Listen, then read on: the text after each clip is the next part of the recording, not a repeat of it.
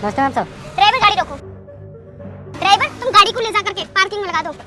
अबे सुन security guard, तू जल्दी से अपने कपड़े उतार। अरे मैम साहब ये क्या बोल रही हो आप? मैं अपने कपड़े क्यों उतारूं? अरे तू मुझे गलत मत समझ, तू बस अपने कपड़े उतार और मुझे दे दे। लेकिन मैम साहब आप मेरे कपड़ों को क्या करोगी? अरे मुझे तेरे कपड़े पहनने हैं। क्या आप मेरे कपड़े पहनोगी? अरे मैम साहब आप तो इतनी बड़ी कंपनी की मालकिन हो और आप मालकिन होकर सिक्योरिटी गार्ड के कपड़े पहनोगी? अगर आज मैंने तेरे कपड़े नहीं पहने ना तो मेरी तो पूरी लाइफ ही बर्बाद हो जाएगी। इसलिए कह रही हूँ तू जल्दी से अपने कपड़े उतार कर मुझे दे दे, मेरे पास इतना टाइम नहीं है। लेकिन मैम साहब। अरे ये मैम साहब कहना बंद कर तू मुझे, मैं थोड़ी देर के लिए तेरी मैम साहब नहीं हूँ, मैं इस कंपनी की सिक्योरिटी गार्ड हूँ। अब तू जल्दी से अपनी पैंट और शर्ट उतार कर दे मुझे। ठीक है मैम साहब, अगर आप कहती हो तो देता हूँ।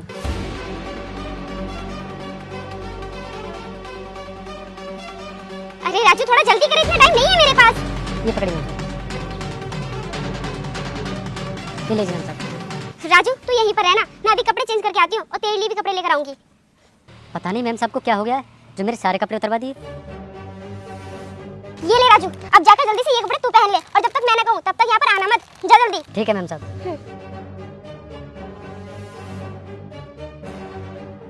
यार रोहित तू इतनी जल्दी शादी क्यों कर रहा है? कुछ दिन और रुक जाता। अरे भाई वैसे भी एक ना एक दिन तो शादी करनी ही है, तो मैंने सोचा क्यों ना अभी कर लूं। वैसे कैसी दिखती है भाभी? अरे यार देखा तो मैंने भी नहीं है, आज पहली बार उनसे मुलाकात होने वाली है। क्या तूने बिना देखे शादी के लिए हाँ कर दिया?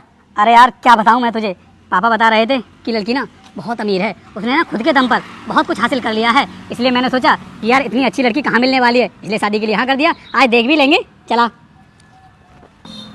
लेकिन यार मैं उसको पहचानूंगा कैसे, क्योंकि मैंने तो उसको देखा ही नहीं है। अरे ये सिक्योरिटी गार्ड खड़ी है यहाँ पर, एक काम करते हैं इसी से पूछ लेते हैं, शायद ये उनको जानती हो।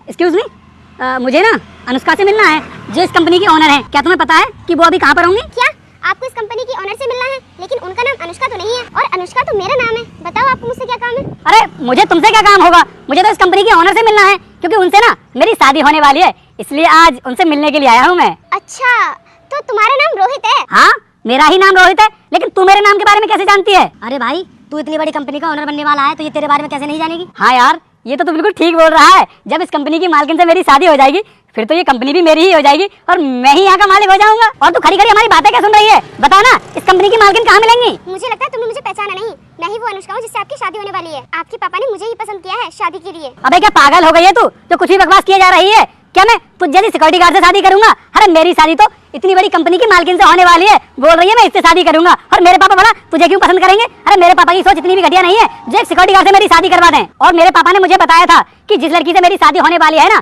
उसके पास ये कंपनी तो है ही, इसके अलावा उनके पास ना ऐसी 2-3 कंपनी और हैं और खूब सारा पैसा भी है, इसीलिए मैंने शादी के लिए हाँ कर दिया। मुझे लगता है तुमने मेरे बारे में किसी से गलत सुन लिया है। मेरी कोई कंपनी नहीं है, मैं तो यहाँ पर सिक्योरिटी गार्ड की नौकरी करती हूँ बस। अबे अगर मुझे पहले पता होता ना कि मेरी शादी एक मामूली सी सिक्योरिटी गार्ड से होने वाली है तो मैं भूल कर भी ना तुझसे मिलने के लिए नहीं आता। मुझे तो लगा था कि वो बहुत अमीर है और उसके पास सब कुछ है, इसलिए मैं मिलने के लिए आ गया। लेकिन मुझे क्या पता था कि जिससे मेरी शादी होने वाली है वो एक नंबर की कबाड़ी निकलेगी। रोहित तुम ये क्या बोले जा रहे हो? जब हम फोन पर बात करते थे तब तुम मुझसे कहते थे कि मैं तुमसे बहुत प्यार करता हूँ और अब तुम मेरे बारे में ऐसा कह रहे हो। यार देखो ये सब अच्छा नहीं लग रहा मुझे तो। अबे तुझे क्या अच्छा लगेगा? मुझे खुद अच्छा नहीं लग रहा कि मेरी होने वाली पत्नी एक सिक्योरिटी गार्ड है, और अगर मैंने तुझसे शादी कर ली और मेरे सभी दोस्तों को पता चल गया कि मेरी वाइफ एक सिक्योरिटी गार्ड है तो मैं तो अपने दोस्तों के सामने मुंह दिखाने के लायक भी नहीं रहूंगा। देखो रोहित कोई भी काम छोटा बड़ा नहीं होता और इस काम में क्या दिक्कत है? मैं 10,000 रुपए महीने आराम से कमा लेती हूँ। अब हट, मुंह बंद कर अपना। 10,000 रुपए महीने के कमा लेती है, जितने पैसे तू महीने में कमाती है ना उतने पैसे तो मैं हफ्ते में उड़ा देता हूँ, समझ में आया तुझे?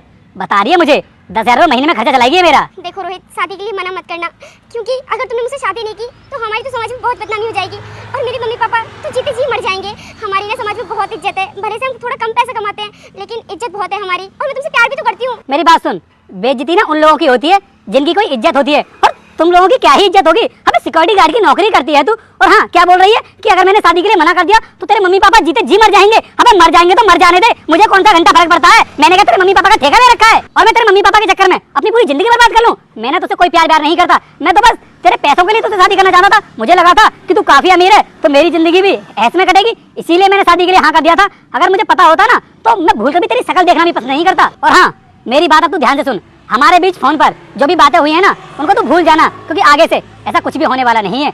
इसलिए मैं तुझसे कहता हूँ कि तू ना अपने स्टैंडर्ड का लड़का देखना और उसी से शादी कर लेना जो तेरी तरह इसी तरह सिक्योरिटी गार्ड की नौकरी करता हो, क्योंकि तुम दोनों का ना तभी लेवल मैच हो पाएगा, मुझसे तेरा कोई लेवल मैच नहीं होता है। चल भाई निकलते हैं। सुनिए मैम साहब, कंपनी के अंदर सब लोग आपका इंतजार कर रहे हैं, आप जाइए यहाँ से। अरे भाई ये क्या बोल रहा है तू? इस सिक्योरिटी गार्ड का कौन इंतजार करेगा? अरे भाई साहब ये सिक्योरिटी गार्ड नहीं है, ये तो इस कंपनी की मालकिन है। पता नहीं मैम साहब ने मेरे कपड़े क्यों पहन लिए हैं। क्या ये यहाँ की मालकिन है?